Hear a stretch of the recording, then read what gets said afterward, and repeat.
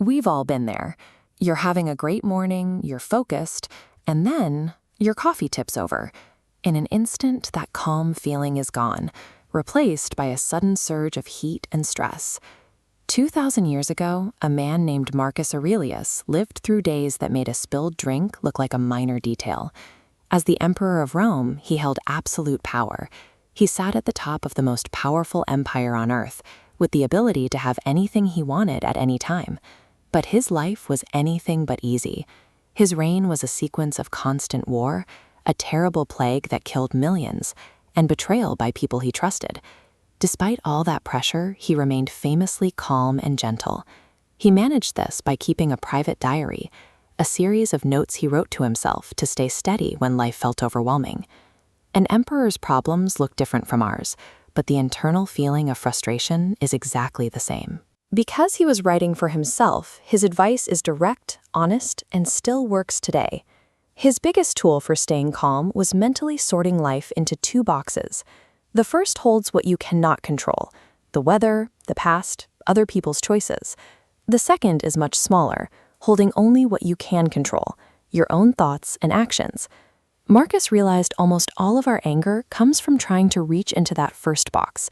We get stressed because we're constantly trying to change things that are simply not up to us to change.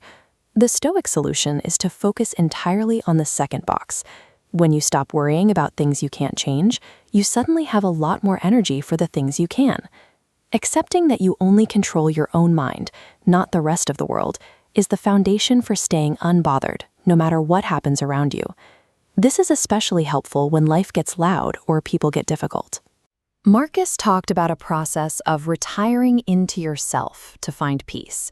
He imagined building a quiet space inside his own mind. You don't have to leave the room or go on a trip to find it. It's a sanctuary you can step into at any moment, even in the middle of a crowd. He used this space to prepare for difficult people. Every morning, he told himself, "Today I will meet people who are rude, ungrateful, and selfish." He reminded himself that poor behavior usually happens because people just don't understand how to be better. Looking at bad behavior as a mistake rather than a personal attack replaces a surge of anger with a sense of pity. His diary contains a persistent reminder for dealing with those who are unfair. The most effective response is to simply not be like them. Protection from a difficult person comes from stepping into that inner quiet and maintaining your kindness. This keeps their negativity from changing who you are. Marcus could command an entire empire, but he found his most important work happened within the boundaries of his own character. If an emperor could stay calm while leading an army, you can use these same tools to stay steady during a stressful meeting or a long line at the store. Tomorrow, when something goes wrong or someone is rude, try to take a breath before you react. Look at this path. Ask yourself the question, can I control this? If the answer is yes, you can take action.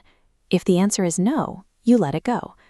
When you stop fighting the things you can't change, you can return to that quiet inner room and stay there. Thanks for learning with English Through Ideas. To explore more vocabulary and ways to grow, hit the subscribe button, and I'll see you in the next video.